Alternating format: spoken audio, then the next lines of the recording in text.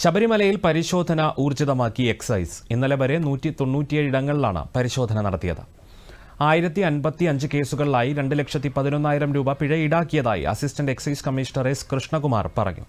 ലഹരി നിരോധിത മേഖലയായ നിലയ്ക്കലിലും പമ്പയിലും സന്നിധാനത്തും പോലീസും മോട്ടോർ വാഹന വകുപ്പും ആരോഗ്യ വകുപ്പും എക്സൈസും ചേർന്ന് 17 സംയുക്ത പരിശോധനകൾ നടത്തി. പരിശോധനയ്ക്കൊപ്പം കടകളിലെയും ഹോട്ടലുകളിലെയും ജീവനക്കാർക്കിടയിൽ ലഹരിക്കെതിരായ ബോധവൽക്കരണവും എക്സൈസ് നടത്തി. നിലയ്ക്കൽ, പമ്പ, സന്നിധാനം എന്നിങ്ങനെ 3 എക്സൈസ് റേഞ്ചുകളായി തിരിച്ചാണ് എൻഫോഴ്സ്മെന്റ് പ്രവർത്തിച്ചത്. സന്നിധാനത്തും നിലയ്ക്കലും പമ്പയിലും ഓരോ എക്സൈസ് സർക്കിൾ ഇൻസ്പെക്ടർമാരുടെ നേതൃത്വത്തിലുള്ള പ്രത്യേക ടീമുണ്ട്. സന്നിധാനത്തും പമ്പയിലും അതിന്റെ മേൽനോട്ട ചുമതല ഒരു അസിസ്റ്റന്റ് എക്സൈസ് കമ്മീഷണർക്കും ഉണ്ട്.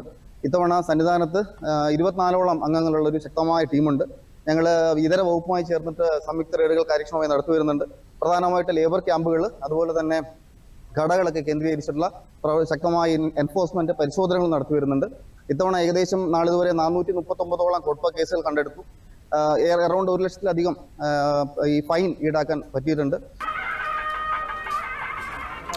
ലഹരി നിരോധിത മേഖലയായ ശബരിമലയിൽ ലഹരി വസ്തുക്കൾ ഉപയോഗിക്കുന്നത് കണ്ടെത്തിയാൽ കർശന നടപടി സ്വീകരിക്കുമെന്നും assistant excise commissioner S Krishnakumar പറഞ്ഞു.